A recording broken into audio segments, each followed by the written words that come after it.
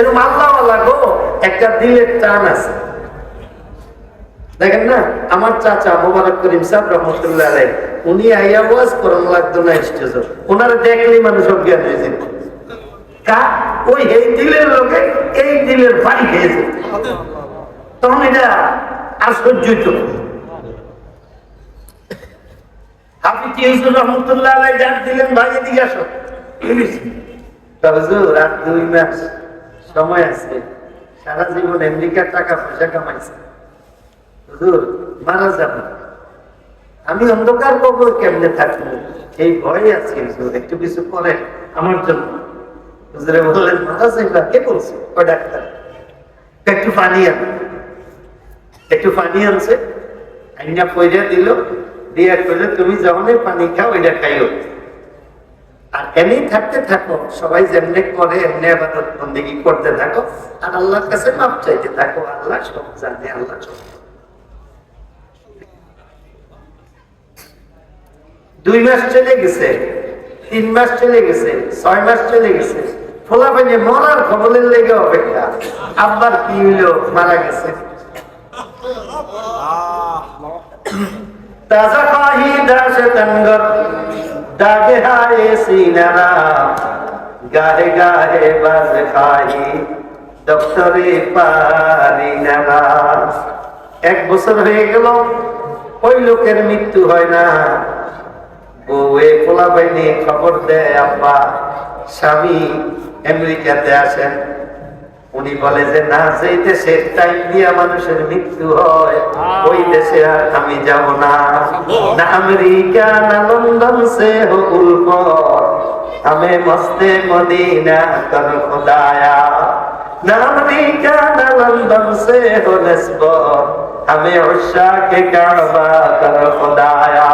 ला इलाहा इल्लल्लाह, ला इलाहा इल्लल्लाह, ला इलाहा इल्लल्लाह, ला इलाहा इल्लल्लाह মুহাম্মাদুর রাসূলুল্লাহ। না রে বাবা, আমি যাইতাম না, হাফিজ হুজুরের সাথে পরামর্শ করব। হাফিজ হুজুর কয়, আরে এরা তো তোমার মহব্বত করে, তোমার সন্তান নাতি পুতি, তুমি যা লগে পানি যাবে। 1 বছরের বেশি হয়ে গেছে, 2 মাস আসছিল বয়স। ওই দেশে গেছে, পোলা রাখতে, আব্বা চলে আমাদের একটু ডাক্তারের কাছে নিয়ে যাই। দেখতে একবারে সুন্দর হয়ে গেছে, আর কোন রোগ বেরাম দেখা যায় যে নাই। এরপরও দেখি ডাক্তারের কাছে, ওই লোকটারে ডাক্তারের কাছে গেছে, নিচে ডাক্তারে দেখা তো একবারে বলে আসছে, কি আপনি মরেন না? কি ব্যাপার? দেখতো শরীর ভালো হয়ে গেছে। আমাদের দেশে একজন ধর্মগুরু আছে, আমাদের ধর্মীয় নেতা মুহাম্মদুল্লাহ হাফিজ হুজুর, ওনার কাছে আমি গেছিলাম। উনি কোরআন শরীফ তেলাওয়াত করে আমার একটু পানি ভরা দিছে, ওই ফোনা পানি খাইতে আছি আর আমি ভালো হইতে আছি। ডাক্তারে কয়, তোমার কাছে ওই পানিটা আসেনি? আছে। পানিটা আনাইছে, পরীক্ষা করে চাইয়া দেখে ওই চোখে ক্যান্সারের এর চেয়ে বড় ওষুধ আর ছিল না। আলাইকা বিতিলাওয়াতিল কুরআন ওয়া যিকরিল্লাহি আযজা ওয়া জাল্লা ফা ইন্নাহু যিকরুন লাকা ফিস সামা। আমার সাহাবী আবু যর, তোমার সাথে আমার জীবনে দেখা নাও হইতে পারে, আমার জীবনের শেষ কথা হিসেবে মনে রাখবা, তুমি আল্লাহ পাকের জিকির বেশি বেশি করবা। যদি আল্লাহ পাকের জিকির বেশি বেশি করো, আল্লাহ পাকের দরবারে তোমার আলোচনা হইতে থাকবো, তোমার আলোচনা হইতে থাকবো। আল্লাহর কাছে যদি আমরা আলোচনা হয়, দুনিয়া হইব আখিরাত হইব, দুনিয়া হইব আখিরাত হইব। হযরত হাফিজ হুজুর রহমাতুল্লাহ আলাইহি 83 সালে ওনারে অ্যারেস্ট করার জন্য এরশাদ সাহেব লোক পাঠাইছে। কালকা বাইতুল মুকাররম আইব, হাফিজ হুজুর রহমতুল্লাহ আলাইহি বাইতুল মুকাররম দক্ষিণ গেটও এরশাদের বিরুদ্ধে বক্তব্য রাখবো। এই বুড়া বেড়া ঠিক মতো চোখও দেখে না, কানেও শুনে না ঠিক মতো, উনি বক্তব্য রাখবো।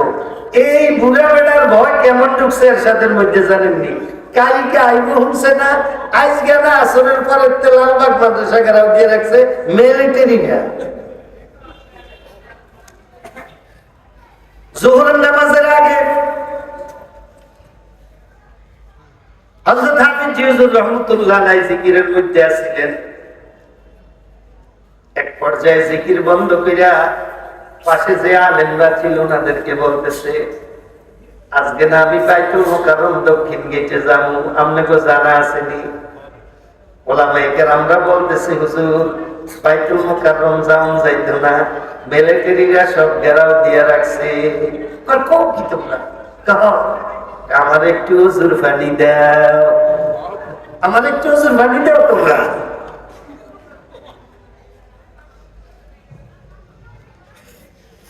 উপস্থিত ওলামায়ে কেরামরা বলেন,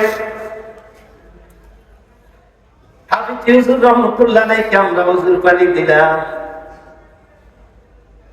হুজুর হুজুর করলেন, 2 রাকাত নামাজ পড়লেন। নামাজ পড়ে আমগরে বলতে আছে, আমি বাইতুল মুকাররম চলে যাই, তোমরা যদি আসতে চাও আসতে পারো।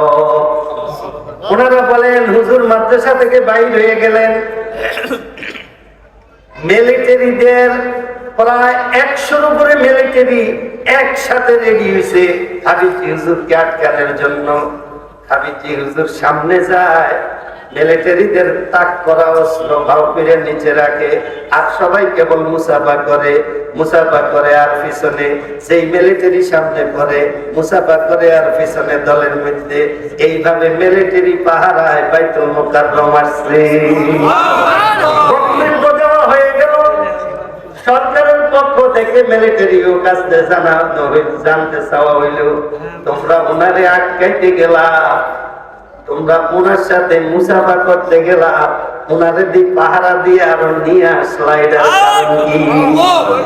মিলিটারিরা বলল, খোদার কসম খাইয়া বলি, উনি যখন বাইর হয়ে আসছে ওনার আগে পিছে এত অস্ত্র দেখছি, আমাদের ক্যান্টের মেনেও এত অস্ত্র নাই।